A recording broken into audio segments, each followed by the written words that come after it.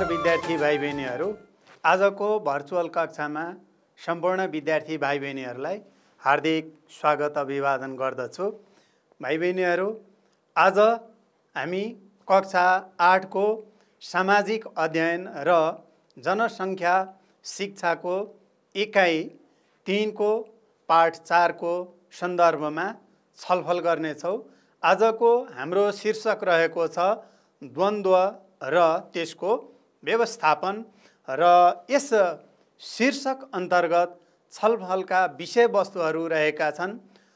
द्वन्द्वको अर्थ, प्रकार र असरहरू, त्यसैगरी द्वन्द्व व्यवस्थापनको परिचय, द्वन्द्व व्यवस्थापन गर्ने उपायहरू र त्यसका चरणहरू, त्यसैगरी दोहोरो सञ्चारको अर्थ तथा द्वन्द्व व्यवस्थापनमा यसको प्रयोग र अर्को रहेको छ द्वन्द्व व्यवस्थापनमा समाज र विद्यार्थीको भूमिका। भाइ बहिनीहरू, आज हामी यही विषयवस्तु अन्तर्गत रहेर हामी छलफल गर्नेछौँ। भाइ बहिनीहरू, यसको लागि अब अगाडि बढ्न चाहिँ भाइ बहिनीहरू यहाँ हेर्न सक्नुहुन्छ केही फोटोहरू, यहाँ तस्बिरहरू देखाइएको छ। अनुमान गर्नुहोस् त यी फोटोहरूले, तस्बिरहरूले के कुराको सङ्केत गर्दछन्? सोच्नुहोस् त एकछिन। हो, यहाँ पहिलो पिक्चरमा दुई व्यक्तिहरूको बिचमा भनाभन भइराखेको देखिन्छ। एकले अर्कालाई औँला देखाइराखेको छ, अर्थात् झै झगडा गरिराखेको अवस्था छ। त्यसै गरी दोस्रो तस्बिरमा के देखाइएको छ भने दुई व्यक्तिहरूको बिचमा कुनै कारणवश विवाद उत्पन्न भएको छ, झै झगडा भएको छ, मनमुटाव भएको छ, अर्थात् दुईजनाको बिचमा बोलचाल छैन। त्यसैले दुवैजना विपरीत दिशामा फर्केका छन्। त्यसै गरी अर्को हेर्न सक्छौँ भाइ बहिनीहरू, यहाँ तेस्रो तस्बिरमा यसरी दुईजनाको बिचमा भनाभन भएपछि, विचार नमिलेपछि झै झगडा गरेको, कुटपिट गरेको यहाँ देखाइएको छ। अनि यहाँ दुईजनाले झगडा गरिरहँदा तेस्रो व्यक्तिले छुट्याउने प्रयास गरेको देखिन्छ। हो भाइ बहिनीहरू, भाइ बहिनीहरूले पनि यस्ता अवस्था हेर्नुभएको होला। अब भन्नुहोस् त, यस्तो अवस्थालाई हामी के भन्दछौँ? भन्नुहोस् त। ठिक भन्नुभयो। हो, यसलाई द्वन्द्व भनिन्छ, हैन? त्यसै गरी म अर्को पनि फोटो देखाइरहेको छु, तस्बिर हेर्नु होला। यहाँ हेर्नुहोस् त, पहिचान गरिसक्नु भएको होला। वास्तवमा यहाँ माथि बायाँतर्फको पिक्चरमा, तस्बिरमा के देखाइएको छ भने रातो कलरतिर मानिसहरूको एउटा समूह छ, त्यसै गरी निलो कलरतर्फ, रङतर्फ अर्को मानिसहरूको समूह रहेको छ। यी दुईटा समूहको बिचमा झै झगडा हुने अवस्था देखिएको छ। त्यसै गरी अर्को यहाँ फेरि दुईटा समूह छ। ती दुईटा समूहले हतियारको प्रयोग गरेका छन् र दुईटै समूह एकअर्कासँग जुधिराखेको अवस्था छ। त्यसै गरी भाइ बहिनीहरू, अर्को तस्बिरमा हेर्न सक्छौँ एकजनाले यस भन्दैछ, अर्कोले नो भन्दैछ। अर्थात् कहिलेकाहीँ कुनै एउटा विचार आयो भने एउटाले हो भन्छ, ठिक हो भन्छ, अर्कोले गलत हो भन्छ। यसरी एउटै विचारमाथि दुई व्यक्तिको फरक फरक विचार हुन सक्छ। भाइ बहिनीहरू, अब भन्नुहोस् त, यस्तो अवस्थालाई के भनिन्छ? हो, ठिक भन्नुभयो। यो पनि के हो त? यो पनि द्वन्द्वकै रूप हो, अर्थात् द्वन्द्वको अवस्था हो। हो, यस्तो अवस्थालाई हामी के भन्दछौँ त? द्वन्द्व भन्दछौँ। हो भाइ बहिनीहरू, हामीले अहिले जुन तस्बिर हेऱ्यौँ यसको आधारमा अब हामी भन्न सक्छौँ द्वन्द्व भनेको के हो? के होला द्वन्द्व? सोच्नुहोस् त भाइ बहिनीहरू एकछिन के होला। ल भाइ बहिनीहरूले सोच्दै गर्नु होला। यसको सन्दर्भमा म आफ्नो विचार राख्दैछु। तपाईहरूको विचारसँग मिल्छ कि मिल्दैन एकचोटि मिलाउनु होला है त। वास्तवमा कुनै दुई व्यक्ति वा कुनै दुईवटा समूह वा कुनै दुईवटा संस्थाको बीचमा यदि मतभेद छ, विवाद छ, असहमति छ, असमझदारी छ, लडाई युद्धको अवस्था छ, झैझगडाको अवस्था छ, हो यस्तो अवस्थालाई के भनिन्छ त? द्वन्द्व भनिन्छ हैन? हो त्यसै गरी दुई समूह वा व्यक्तिको बीचमा तनाव उत्पन्न भयो, झैझगडा भयो, सङ्घर्ष भयो भने यो अवस्था पनि के हो त? द्वन्द्व हो। भनेपछि भाइ बहिनीहरूले अब द्वन्द्व के हो भन्ने कुरा बुझिसक्नु भएको होला। यसमा सायद अब कन्फ्युजन छैन जस्तो लाग्छ। अब अगाडि बढ्न चाहे भाइ बहिनीहरू द्वन्द्वबाट पक्कै पनि केही न केही त असर पर्छ। हो त्यो असरको आधारमा द्वन्द्व कति प्रकारको हुन्छ त? भाइ बहिनीहरूलाई केही थाहा छ? छैन है? ल ठिक छ है भाइ बहिनीहरू, म यहाँ बताउँदैछु। असरको आधारमा, प्रभावको आधारमा द्वन्द्व दुई प्रकारको हुन्छ। एउटा नकारात्मक हुन्छ अनि अर्को सकारात्मक द्वन्द्व। यसरी दुई प्रकारको द्वन्द्व हुन्छ। भाइ बहिनीहरू अब भन्नुहोस् त, यो नकारात्मक द्वन्द्व के होला र सकारात्मक द्वन्द्व के होला? सोच्दै गर्नुहोस् त भाइ बहिनीहरू। नकारात्मक द्वन्द्व के हो त? वास्तवमा कुनै व्यक्ति, समाज वा संस्थालाई विनाश गर्ने, हानि गर्ने वा क्षति पुर्याउने किसिमको द्वन्द्वलाई नकारात्मक द्वन्द्व भनिन्छ। अर्थात् हानि नोक्सानी पुर्याउने द्वन्द्वलाई नकारात्मक द्वन्द्व भनिन्छ।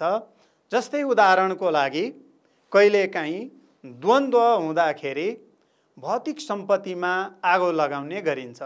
भौतिक सम्पत्ति भनेको जस्तै घर हुन सक्छ, अफिस हुन सक्छ, फसल हुन सक्छ, फर्निचर हुन सक्छ। हो यस्ता सम्पत्तिहरूमा आगो लगाउने, तोडफोड गर्ने वा कहिलेकाहीँ व्यक्तिलाई घाइते बनाइने, कुटपिट गरेर घाइते बनाइने अथवा हत्या गर्ने गरिन्छ। हो यस्तो किसिमको असर यदि देखियो भने त्यसलाई नकारात्मक द्वन्द्व भनिन्छ। त्यसै गरी सकारात्मक द्वन्द्व के होला त भाइ बहिनीहरू? सोच्नुहोस् त एकछिन।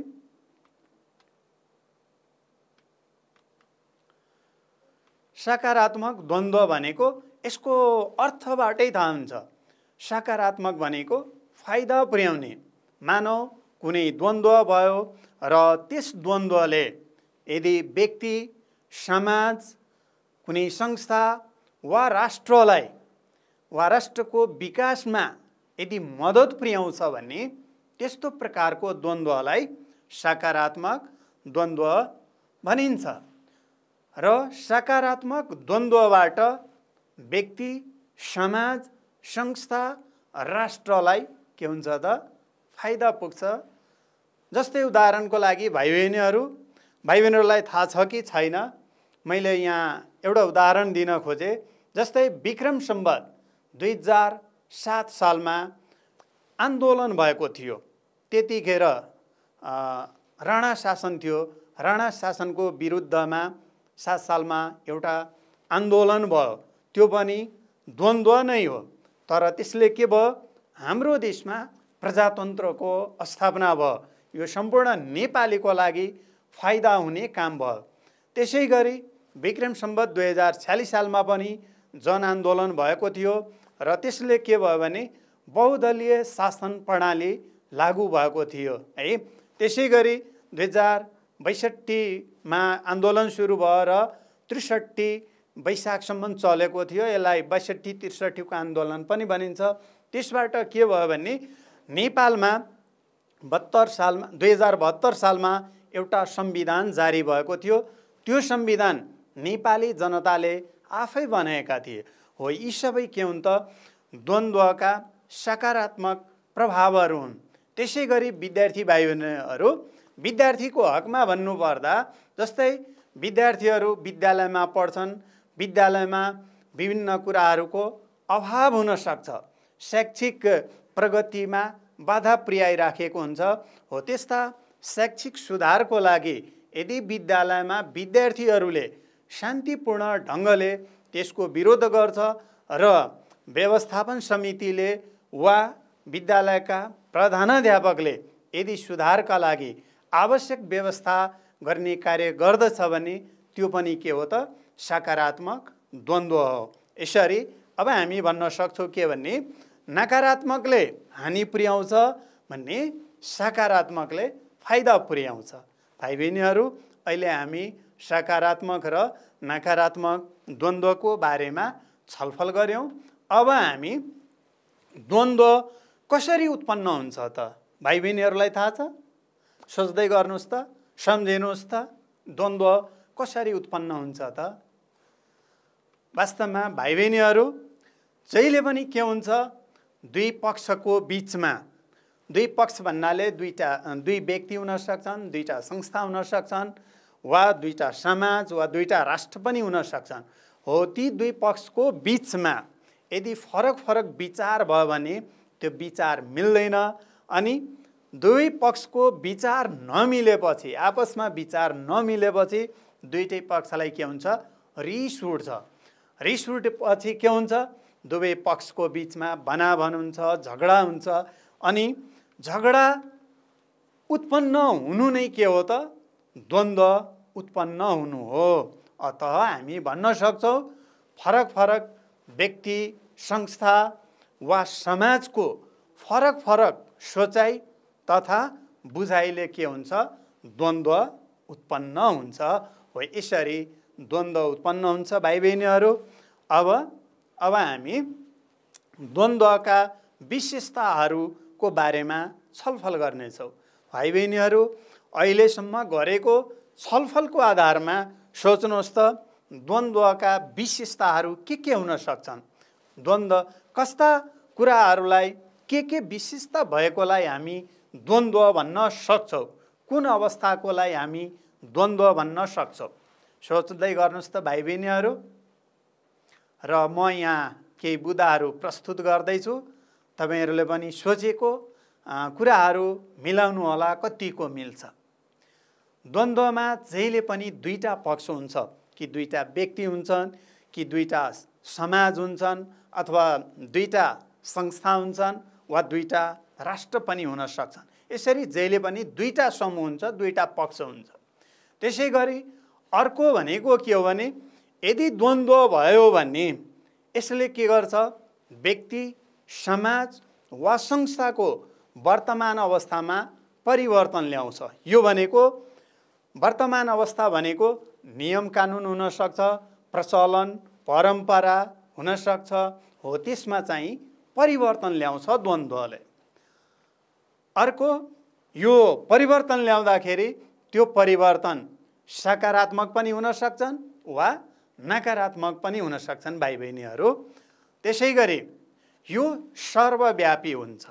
यो भन्नुको अर्थ के हो भने सर्वव्यापी भनेको यो द्वन्द्व जहाँ पनि हुन्छ, जहिले पनि हुन्छ भन्न खोजेको।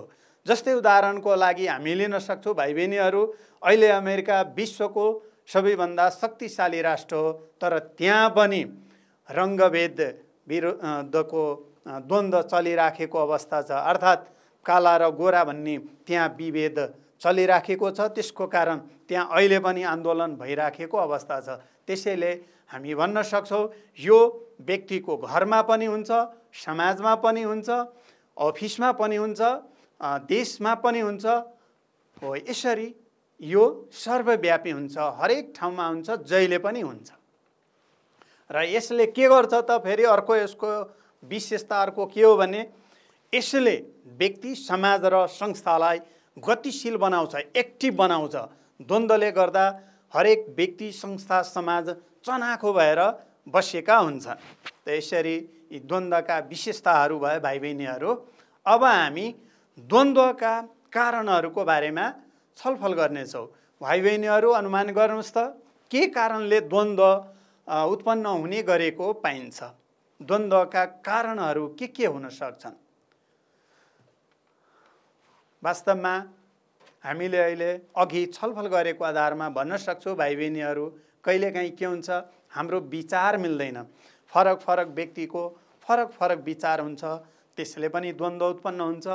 अनि अर्को, कुनै एउटा व्यक्तिले कुनै एउटा विचार ल्यायो भने अर्को व्यक्तिले त्यो विचारलाई के गर्छ, सम्मान गर्दैनन्, कदर गर्दैनन्। त्यसले गर्दा पनि द्वन्द्व उत्पन्न हुन्छ। त्यसै गरी अर्को हो भेदभावपूर्ण व्यवहार। जस्तै उदाहरणको लागि हाम्रो आफ्नै घरमा, छरछिमेकमा, गाउँ समाजमा, जहाँ पनि जाति, भाषा, धर्म, संस्कृति, परम्परा, राजनीति, प्रदेश, वर्ग भनेको धनी गरिब, रङ्ग भन्नाले यहाँ काला गोरा भन्न खोजेको हो, अपाङ्गता अनि लैङ्गिकता, यो लैङ्गिकता भनेको महिला पुरुष हो, आदिको आधारमा यदि भेदभाव गरियो भने त्यसले पनि द्वन्द्व निम्त्याउँछ। त्यसै गरी बेरोजगारी समस्या, यदि मानिस बेरोजगार छन् भने उनीहरूले हरेक किसिमका गलत क्रियाकलाप गर्न खोज्छन्, जसले गर्दा द्वन्द्व उत्पन्न हुन्छ। अनि गलत सूचनाको प्रवाह भन्नाले कुनै सूचना, कुनै सन्देश यदि गलत किसिमले पठाइयो, कसैलाई त्यो सूचना उपलब्ध गराइदियो भने त्यसले पनि द्वन्द्व निम्ताउँछ।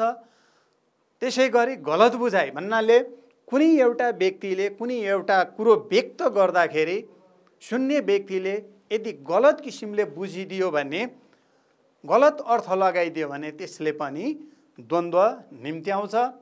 त्यसै गरी सीमित स्रोत साधन, यो भनेको के होला भाइ बहिनीहरू?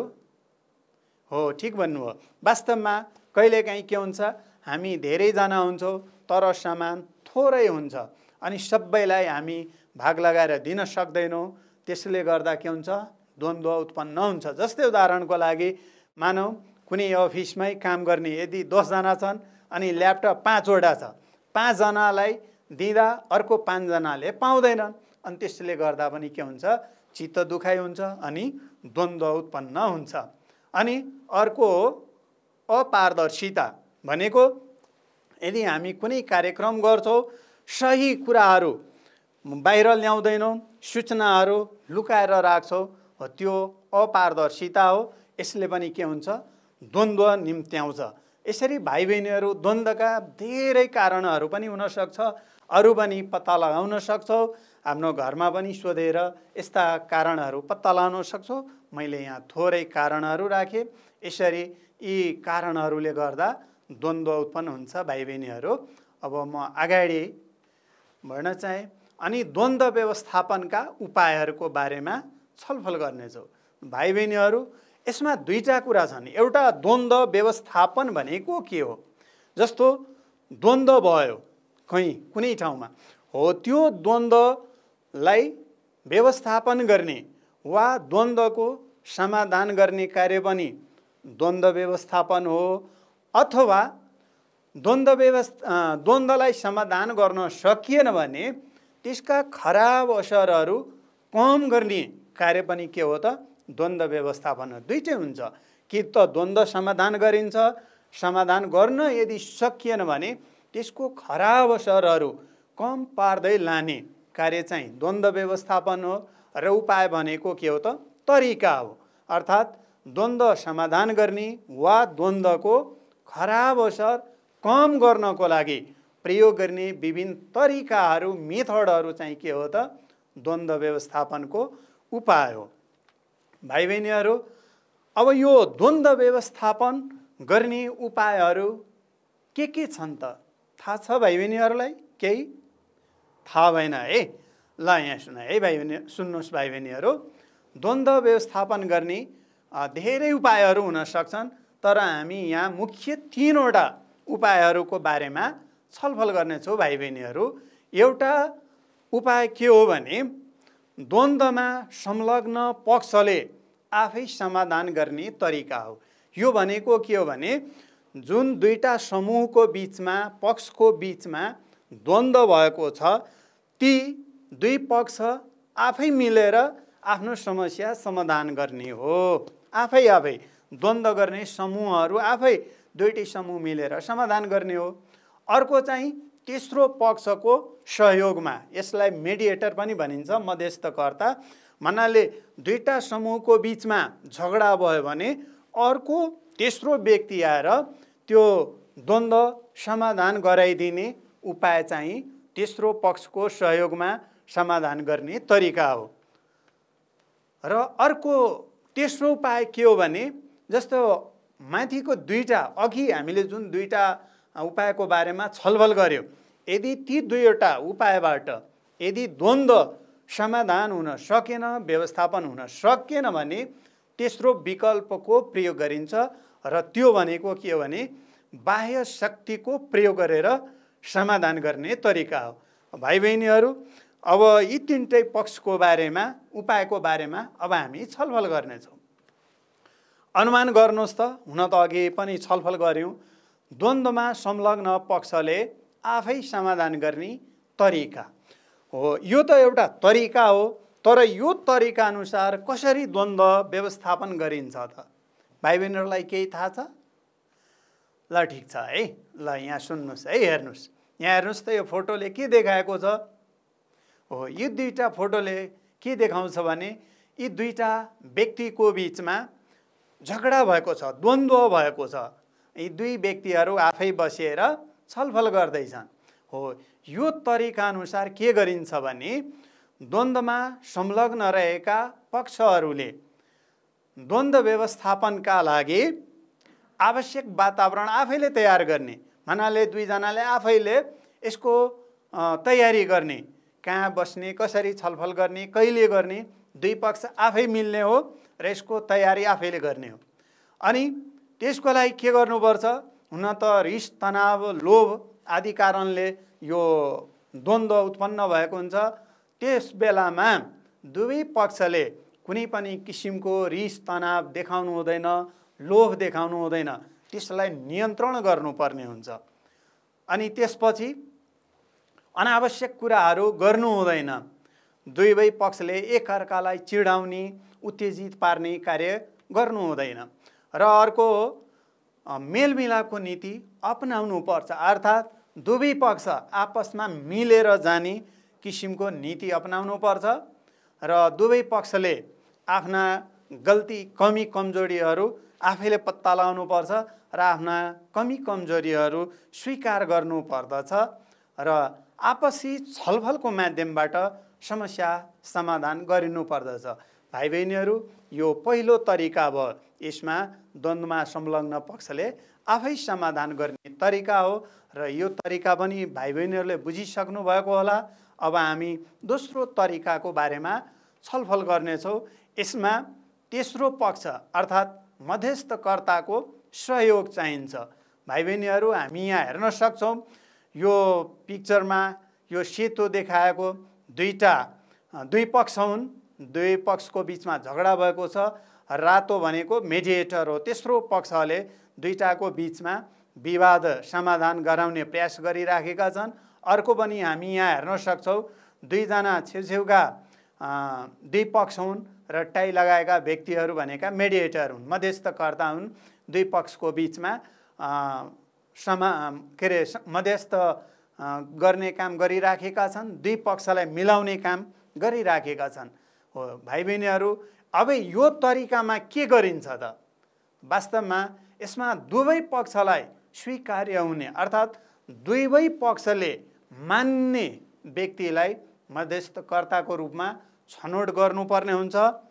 त्यसपछि मध्यस्थकर्ताले दुवै पक्षको कुरा ध्यानपूर्वक सुन्नुपर्छ अनि सुनिसकेपछि वास्तवमा द्वन्द्वका कारणहरू के हुन् भन्ने कुरा पत्ता लगाउनुपर्छ, पहिचान गर्नुपर्छ अनि शान्तिपूर्ण वातावरणमा दुवै पक्षको बिचमा वार्ता र छलफल गराउने कार्य गरिन्छ र यसरी व्यापक रूपमा छलफल वार्ता भएपछि दुवै पक्षको बिचमा सम्झौता गराउने कार्य गरिन्छ। यसरी सम्झौता भएपछि दुई पक्ष बिचको द्वन्द्व समाधान हुन्छ।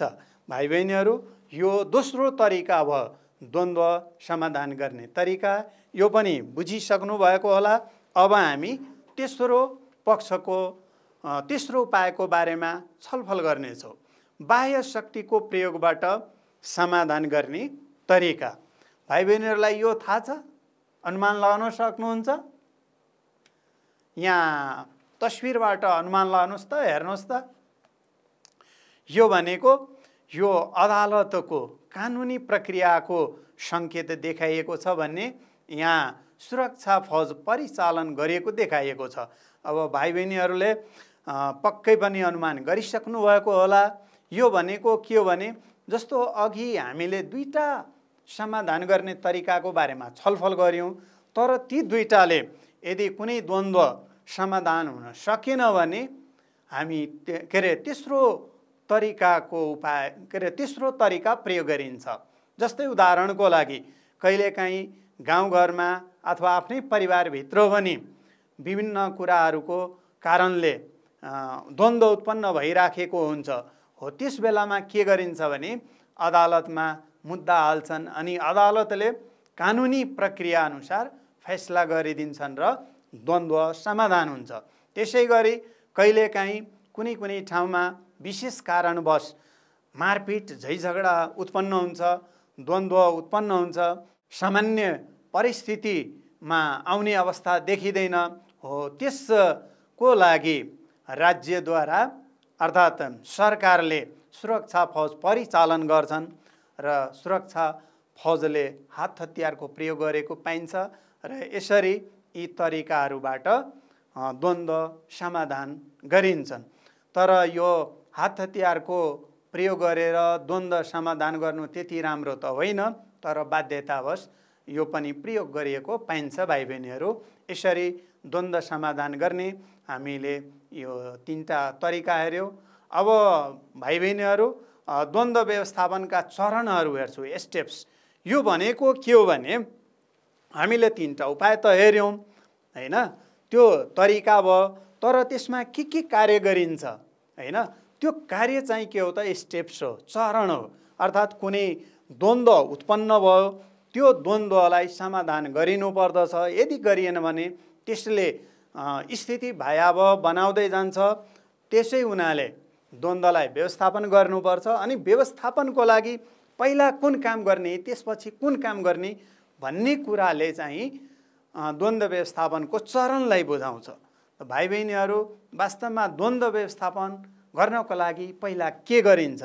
सामान्य द्वन्द्वहरू त दुई पक्षकै बिचमा समाधान हुन्छ, तर जटिल प्रकारका यदि समस्याहरू छन् भने त्यसको लागि सबभन्दा पहिला एउटा मध्यस्थकर्ताको छनौट गरिन्छ, तेस्रो पक्षको छनौट गरिन्छ। अनि मध्यस्थकर्ताले दुवै पक्षको कुरा सुन्ने गर्छन्। त्यसपछि द्वन्द्वका कारण पत्ता लगाइन्छ अनि दुवै पक्षको बिचमा वार्ता गराइन्छ अनि सहमतिका विकल्पहरू छनौट गरिन्छन्। जस्तो दुईटै पक्षलाई सहमतिमा ल्याउनको लागि एउटै उपाय त हुन सक्दैन, त्यही भएर धेरै उपायहरूको सङ्कलन गरिन्छ, त्यसलाई विकल्प भनिन्छ। यसरी थुप्रै सहमतिहरूको छनौट गरिन्छ। त्यसपछि ती सहमति विकल्पहरूमध्ये दुईटै पक्षलाई मान्य हुने गरी एउटा सहमतिको साझा बिन्दु, कमन पोइन्ट पत्ता लगाइन्छ, जुन दुईटैले मान्दछन्। हो त्यस्तो पत्ता लगाइन्छ अनि त्यो दुईटै पक्षले सहमति जनाइसकेपछि दुईटै पक्षको बिचमा सम्झौता गराइन्छ। हो यसरी यो द्वन्द्व समाधान गरिन्छ र द्वन्द्व समाधानका चरणहरू। भाइ बहिनीहरू, अब यो पिक्चरले के भन्न खोजेको होला हेर्नुहोस् त। यहाँ दुईजना व्यक्ति छन्, के भनेको छ? एक्सचेन्ज अफ इन्फर्मेसन, हुनाले सूचनाको आदान प्रदान। यसरी दुई व्यक्तिको बिचमा हुने सूचनाको आदान प्रदानलाई के भनिन्छ? हुन त भाइ बहिनीहरूले 6-7 कक्षामा पढिसक्नु भएको होला, बुझिसक्नु भएको होला। वास्तवमा यसलाई सञ्चार भनिन्छ र सञ्चार पनि विशेष गरी दुई किसिमको हुन्छ भाइ बहिनीहरू।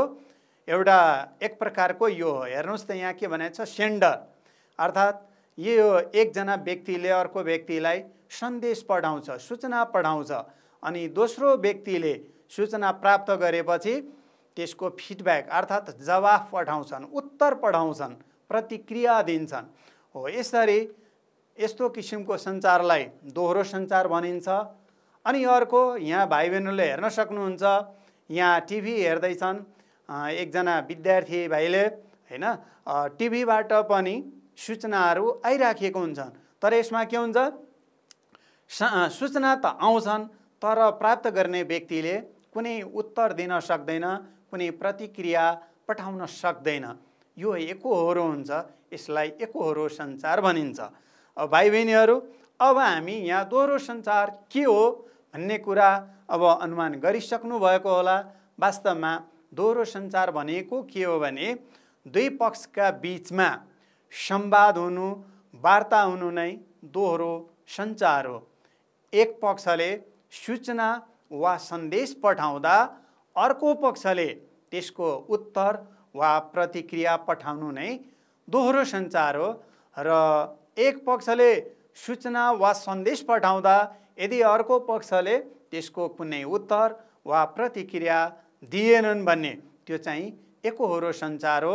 जस्तै रेडियो टिभीबाट प्रसारण हुने सूचना चाहिँ एकोहोरो सञ्चार हो। भाइ बहिनीहरू, अब द्वन्द्व व्यवस्थापनमा दोहोरो सञ्चारको भूमिका के हुन्छ, दोहोरो सञ्चारले कसरी प्रभाव पार्छ द्वन्द्व व्यवस्थापनको लागि, यसले कसरी काम गर्छ भन्ने सन्दर्भमा छलफल गर्नेछौँ। भाइ बहिनीहरू, वास्तवमा द्वन्द्व व्यवस्थापनमा दोहोरो सञ्चारले कसरी काम गर्छ थाहा छ भाइ बहिनीहरूलाई? सोच्नुहोस् त एकचोटि। ल है भाइ बहिनीहरूले पनि सोच्दै गर्नु होला, म यहाँ आफ्नो विचार राख्दैछु है त। स्पष्ट सञ्चार नहुँदा अथवा गलत सञ्चार हुँदा वा कम बुझाइ हुँदा पनि द्वन्द्व उत्पन्न हुन्छ वा द्वन्द्व बढाउने कार्य हुन्छ। भनेको कुनै समाचार पठाउँदा यदि राम्ररी बुझ्न सकेन वा कम बुझियो वा गलत समाचार पठाइदियो भने त्यसले के हुन्छ, नयाँ द्वन्द्व उत्पन्न हुन्छ। अथवा पहिलेदेखि यदि कुनै द्वन्द्व चलिराखेको छ भने त्यस द्वन्द्वलाई झन् चर्काउँछ। अनि यस्तो अवस्थामा दुई पक्षको बीचमा वार्ता वा संवाद हुनुपर्छ, कुराकानी हुनुपर्दछ, अर्थात् दोहोरो सञ्चार हुनुपर्दछ।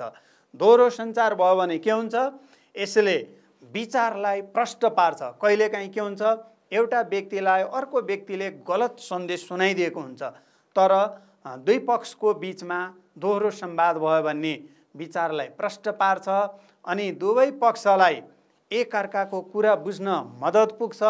अनि यसबाट के हुन्छ, आपसी जुन मतभेद उत्पन्न भएको हुन्छ त्यसको कारण पनि पत्ता लाग्छ र कारण पत्ता लागेपछि समस्या समाधानमा मद्दत पुग्छ भाइ बहिनीहरू।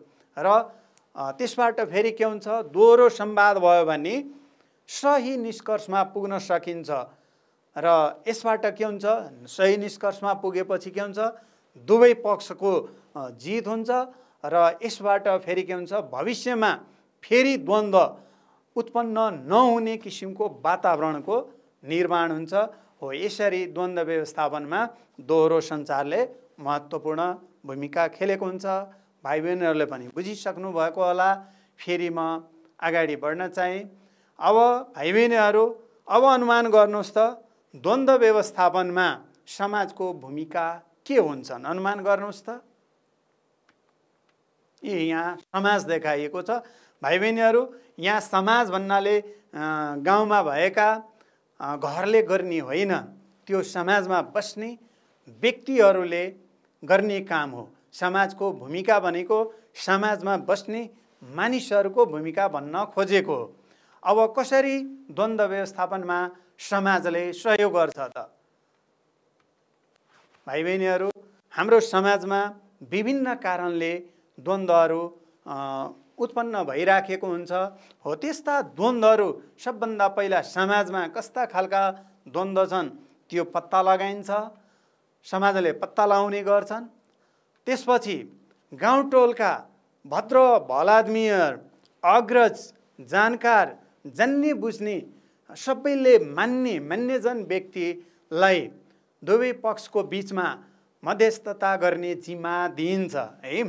त्यसपछि दुवै पक्षका कुरा सुन्ने गर्छन् भद्र भलाद्मीहरूले, अर्थात् मध्यस्थकर्ताको रूपमा समाजकै मानिसहरू हुन्छन् अनि दुवै पक्षका कुरा सुन्ने गर्छन् अनि द्वन्द्वका कारण पहिचान गर्छन्। त्यसपछि दुवै पक्षको बिचमा वार्ता गराउने, छलफल गराउने कार्य गर्छन् अनि दुवै पक्षलाई मान्याउने सहमतिका साझा बिन्दुको खोजी गर्छन् अनि दुवै पक्षको बिचमा सम्झौता गराइन्छ। हो यसरी द्वन्द्व व्यवस्थापनमा समाजको महत्त्वपूर्ण भूमिका रहेको हुन्छ। त्यसै गरी विद्यार्थी भाइ बहिनीहरू, द्वन्द्व व्यवस्थापनमा अब विद्यार्थीको भूमिका के हुन्छन् त?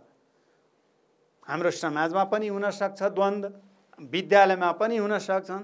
त्यही भएर विद्यार्थी भाइ बहिनीहरूको भूमिका के हुन सक्छन्? द्वन्द्व व्यवस्थापनमा विद्यार्थी भाइ बहिनीहरूले कसरी सहयोग पुर्याउन सक्छन्? ल भन्नुहोस् त भाइ बहिनीहरू, वास्तवमा द्वन्द्व व्यवस्थापनमा विद्यार्थीको भूमिका के हुन सक्छन्? मानौ तपाईँ विद्यालयमा जानुहुन्छ, त्यहाँ नै विवाद उत्पन्न हुनसक्छ, गाउँघरमा टोलमा बस्नुहुन्छ, छरछिमेकमा पनि द्वन्द्व उत्पन्न हुनसक्छ।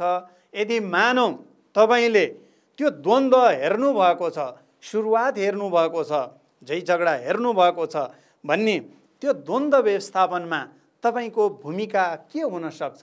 तपाईँले कसरी सहयोग गर्न सक्नुहुन्छ? अनुमान गर्नुहोस् त, एकचोटि सोच्नुहोस् त।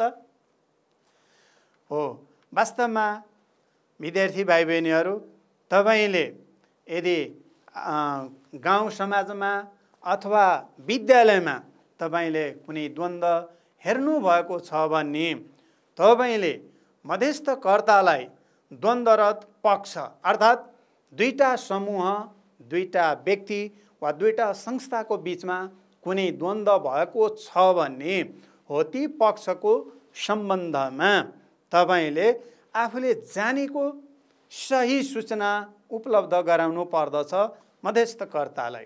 त्यसै गरी यदि विद्यालयमा आउनुहुन्छ भने विद्यालयमा पनि विद्यार्थीहरूको बिचमा कहिलेकाहीँ द्वन्द्व उत्पन्न हुन सक्छ।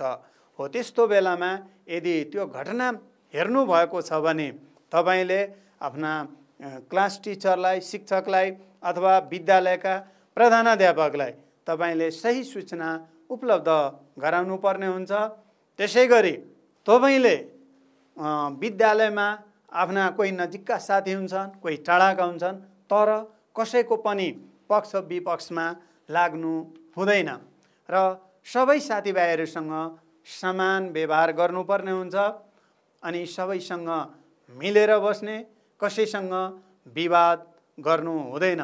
भाइ बहिनीहरू, यी तपाईका भूमिका हुन सक्छ, अरू पनि हुन सक्छ।